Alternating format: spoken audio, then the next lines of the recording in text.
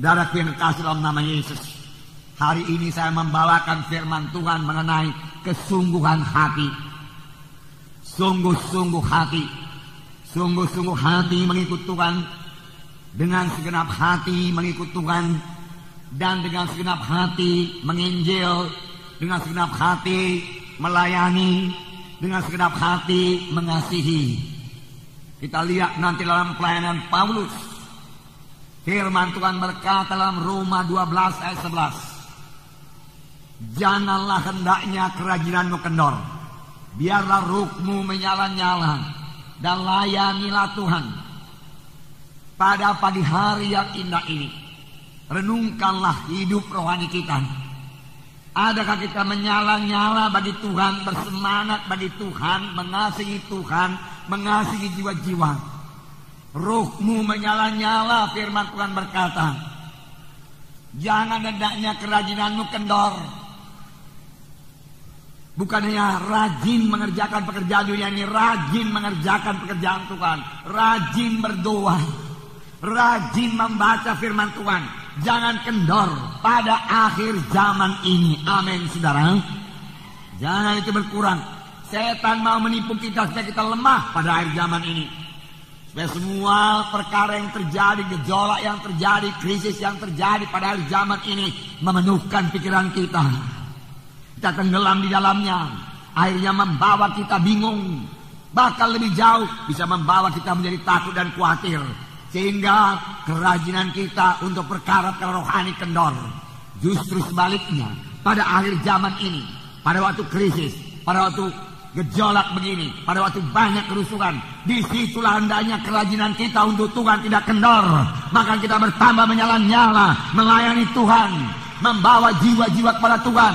Karena pada waktu itulah jiwa-jiwa saudaraku terbuka hatinya buat Tuhan.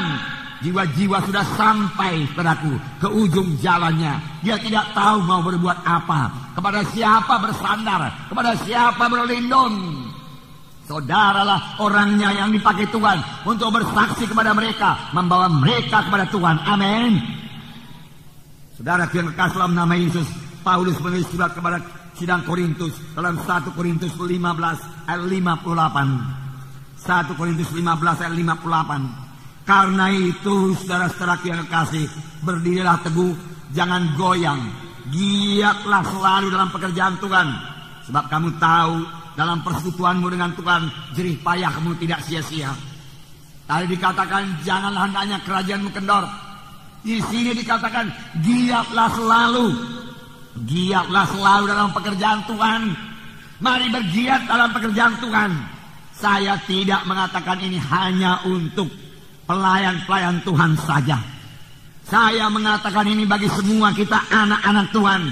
Karena semua kita harus ambil bagian saudaraku dalam mengerjakan pekerjaan Tuhan. Amin, saudara. Amin.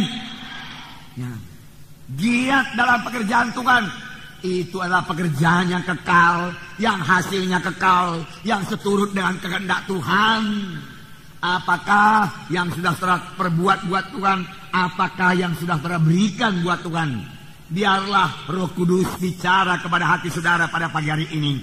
Sungguh-sungguh Tuhan Yesus sungguh-sungguh melayani.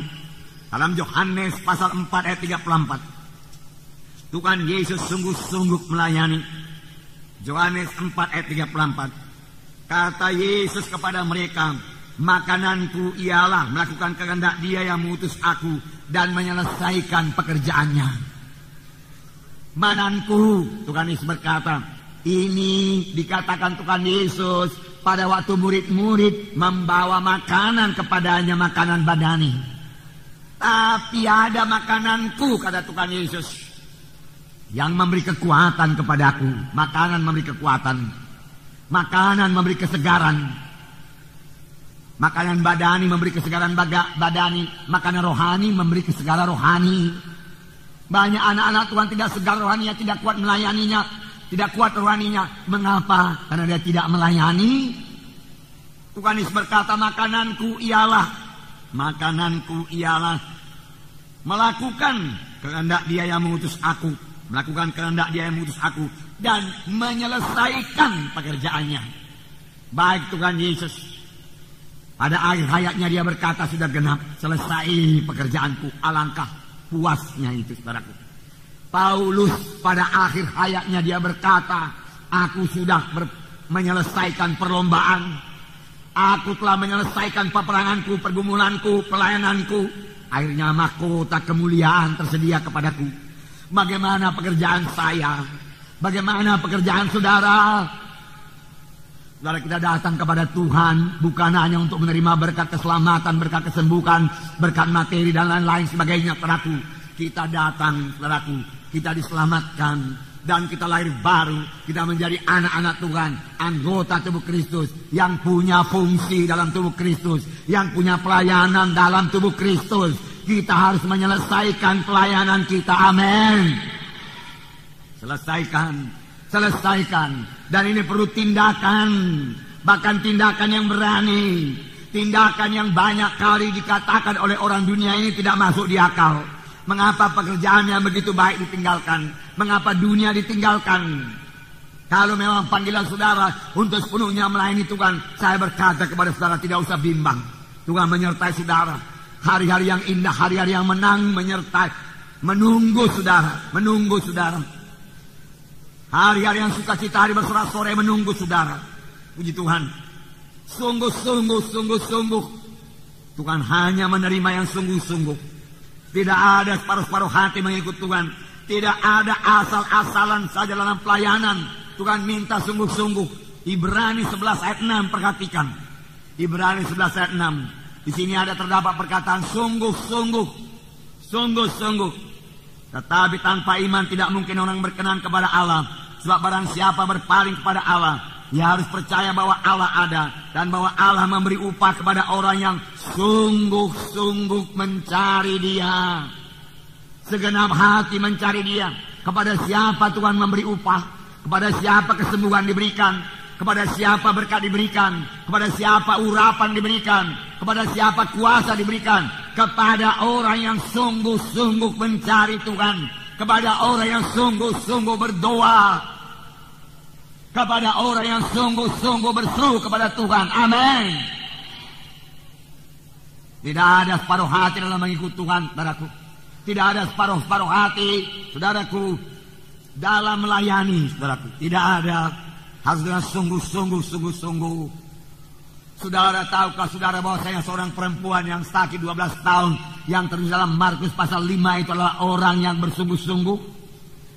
12 tahun dia sakit, saudaraku, dia bersungguh-sungguh mencari kesembuhan. Walaupun pada mulanya jalannya tidak benar, tetapi dia bersungguh-sungguh, bersemangat. Dia pergi ke dokter, bahkan dia pergi ke tabib, tetapi tidak sembuh-sembuh. Akhirnya uangnya habis semua, tetapi dia tidak menyerah. Dia berkata, bisa, aku bisa, aku sembuh, aku bisa, aku sembuh. Berapa orang yang berkata demikian pada yang sakit? Lihat kesembuhan saudara. Aku bisa, aku sembuh, dia katakan, saudaraku. Akhirnya dia mendengar berita-berita tentang Yesus.